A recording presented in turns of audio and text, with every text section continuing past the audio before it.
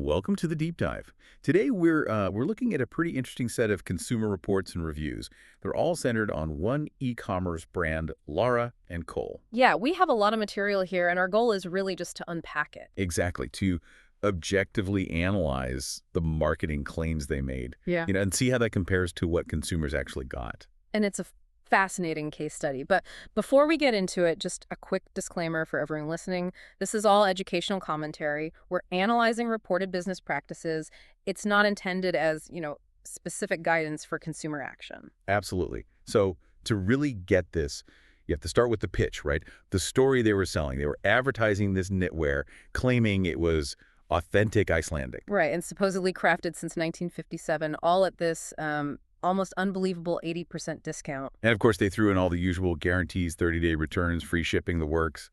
And this is where we see the key insight from these reports. It's how a really well-engineered emotional story can kind of bypass our critical thinking. The whole business was allegedly built on this tragic and apparently fabricated claim. What was the claim? The founder said she needed to close the company because of hardship, specifically after a partner had passed away. Okay, so you're immediately creating sympathy And and urgency. exactly. That sense of a once-in-a-lifetime sale or limited inventory, it's a recognized strategy. It pressures you to buy now, think later. And that urgency probably helps distract from the product itself, I imagine. It seems designed to. I mean, the site used these beautiful, highly polished, professional stock images. But the reality of what people received was different. Very different. The reports are just full of accounts of extremely low-quality merchandise. Sometimes people got completely different items, or in some cases, what was described as basically a synthetic rag that had zero resemblance to the knitwear that was promised. So the product fails. Then what about the logistics? Getting it to the customer. That also failed, according to the documents. There are consistent patterns of really long delivery delays. Or in many cases, people just didn't get their items at all, right? Even though they were charged immediately. And if they tried to track their order, the tracking information was often useless. It just led nowhere or didn't work. So here's where it gets really interesting for me. The product is bad, the shipping is a mess, so you try to contact customer service. And that's where people seem to hit a complete brick wall. The reports describe it as a kind of customer service black hole. Just silence. Or automated messages. Mostly, yeah. Either total silence or a generic automated response. And when buyers did manage to make contact, the whole exchange seemed designed to just wear them down. What do you mean? Well, instead of offering a refund, they would try to negotiate people out of one. They'd offer a tiny partial refund, or, if the customer kept pushing, just stop all communication completely. Wow. But the reports we have suggest there might have been something even more serious going on financially. Yes, that's a major finding. The data suggests this might not have been just about selling poor quality sweaters.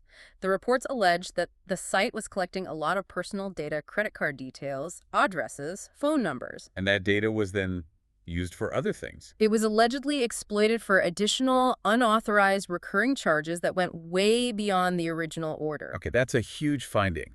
So, with all these problems, what did the source material advise people who had already ordered? The advice was very direct. Document absolutely everything and do it immediately. Your order confirmation, screenshots of the ads. Exactly. Photos comparing what was advertised to what you actually received, and then engage your payment protection. So call your credit card company or bank. Right away.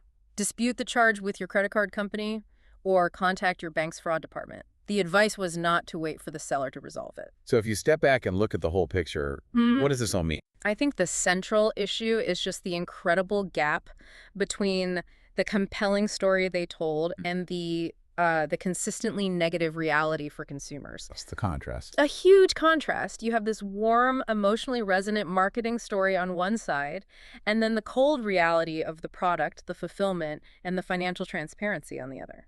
It's a really compelling case study. Thank you for walking us through it. My pleasure. And maybe a final thought for you, the listener, to take away from this. We see these emotional narratives used in e-commerce all the time to get us to bypass our usual research.